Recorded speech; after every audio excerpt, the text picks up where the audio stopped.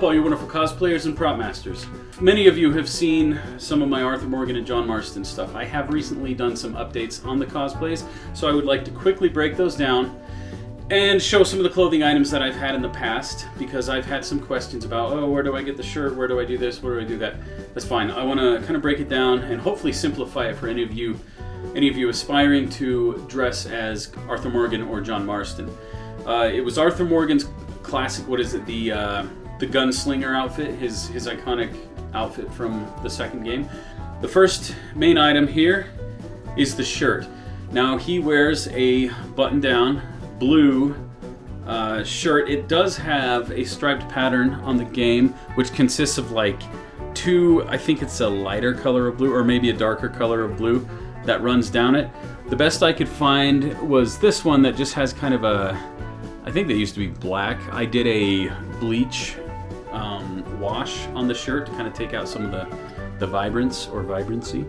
Anyway, for all intents and purposes, like, the shirt does work. I think it had a chest pocket that I picked off and pulled that off because his does not, just to kind of make it feel a little bit old-fashioned. Anyway, so this shirt I actually got at Walmart. It is just a basic button-down blue shirt. So obviously it's going to be hit or miss if you find something like that at Walmart, but you can also check your thrift stores, your Goodwills, whatever, and then Target and other stores that just sell clothing. The shirt I used before, and which I might actually start using again, primarily for this one. This was one that I did find at a thrift store, and as you can see, it also has a darker blue stripe that runs down it, and then you just roll up the sleeves.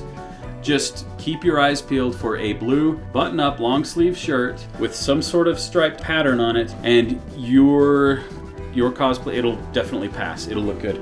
I ran into a lot of different people at FanX that were dressed as Arthur Morgan, took a lot of pictures with them, and some of them didn't even have any stripe patterns on their shirt. Some had the pocket still on it. Like, it doesn't matter, right? You're trying to channel the look of these characters, and that's the point, and they're recognizable. I recognized every one of them from a distance. Oh, hey, Arthur Morgan, so I went and took pictures with him. It was a blast. That's why we do this. Next are the trousers. You can get on Amazon or even just Google Old West brown trousers or something to that effect, or even Arthur Morgan trousers. You're gonna narrow it down to what you're looking for. The trousers that I use, they're just a pair of brown denim pants that I found, again, at Walmart. They were on clearance. I picked the back pockets off of them, and then I sewed on 2 buttons in the back of the middle, and then in the front, I sewed on 2 buttons on either side. The suspenders I got I think I got them at a thrift store. It's important that you get this older fashioned style that goes onto the buttons on the back of the pants. It'll just look more legitimate. But if you don't, and they're clip-on or whatever, you're still good. I also picked off, I took the belt loops off of it because these pants did not have, or his pants do not have belt loops. They do not have back pockets. But anyway, a brown pair of trousers or slacks or brown khakis, whatever you can find, they will do the trick. The hat that I use for this is a hat that I picked up at Target. It is a black felt hat. It's not exactly like his. It should be leather, or at least look like it's leather, but this is all I have for now. I'm going to redo this and of course shoot a video showing those upgrades. That should be braided leather that goes around it. I used some nylon rope and just tied it and melted the ends. Tried to tie it in the configuration that it looks like on his hat with the braided leather, and I ended up hot gluing it together so it just stuck together how I wanted it / needed it to. But this works. It's got this basic shape and it's black, and then you do some sort of band around it like this, and it'll look good. The bandana, the scarf that he wears, with the tails, of course, hanging over the chest and the back part over his back. And I try to use, so I found a fabric that's textured, has a nice pattern on it, and it's kind of this one's kind of a shinier pattern, or shinier texture. I like it. It kind of helps it pop a little bit. But really, I mean, if all you have is a plain black cotton bandana, again, you're gonna look good. It's gonna look nice. This was just me going a little bit of the extra mile. I even sewed, I think, one screenshot I've delved into deeper, I noticed that there was a red thread on the hems of the scarf, so I went ahead and did that. But yeah, it ends up looking pretty good. Down to the bottom here, the boots. I would start with thrift stores and places like that. I ended up though going to we have a boot seller in town here, and I found these. I'm sure they're biker boots or whatever, but I liked them. Shape-wise, they looked the part, so I got them, and I think I dropped about 110 on these. So this is one of the more expensive things that I dropped money on, but they're also useful for other things. When you rock the Arthur Morgan classic gunslinger outfit, he blouses his boots. He tucks the pants into the boot. Somebody commented on one of my videos and asked, "Oh, where did you get the satchel? I need to know." This was a lady's purse that I got from a thrift store. What I did do to alter it a bit was that I drilled holes all the way around the flap here, and I stitched in leather thread just to give it more of a kind of grungy, old, mountain man look to them than just a regular nice lady's purse. I threw some character powder on it to dust it and make it look a little dirty. But yeah, for those asking, "Ooh, where'd you get the thing?" The thrift store, or you could probably even go to Walmart looking through the ladies' purses. We manly men, we call them satchels. So let's look at some of the upgraded features, just for the sake of conventions and keeping the props not too realistic. I used to use a little Walmart cowboy cap gun that had a super fat barrel. The thing came orange, blaze orange, the whole thing, except for maybe the grips. But anyway, I, of course, repainted it and then just kept the tip orange. But that was a couple years ago. Since I've started 3D printing and designing and all that, I decided to, from scratch, get on the computer, look at a Smith & Wesson Schofield, and just try to sculpt it digitally to the side, and then of course print it, which of course took 4 or 5 times before I got the size right and the mechanism right the hinge right for the reload mechanism. Of course, there's not any detail there. I didn't put the cylinder holes with bullets in the back. However, I did in the front-ish. So it looks okay. But anyway, this is my Schofield for the piece. The real thing might be a little bigger, but this I like it. It's got a good feel to it. And anyway, everything's static on it, mostly for the sake of the con. I even got the zip tie that the convention volunteers put on it. Fun little pistol. I love that one in the game.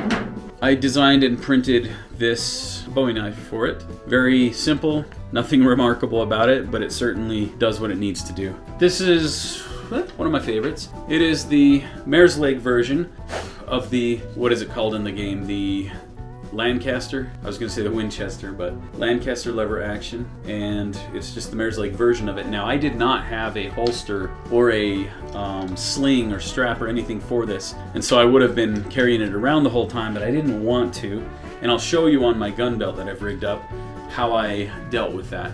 But anyway, here's the mare's leg for that. So this gun belt, I will briefly describe how I made it and show you the process. But this whole thing is made of EVA foam. I think it's just thicker than the 2mm. Might be like 3mm on that. But anyway, here's a wide shot of it. So it's got the iconic brass rounded buckle. But what I did for this one is I took an actual leather gun belt that I bought and I traced it onto EVA foam and I double layered it. You can see the two pieces that are stitched together there.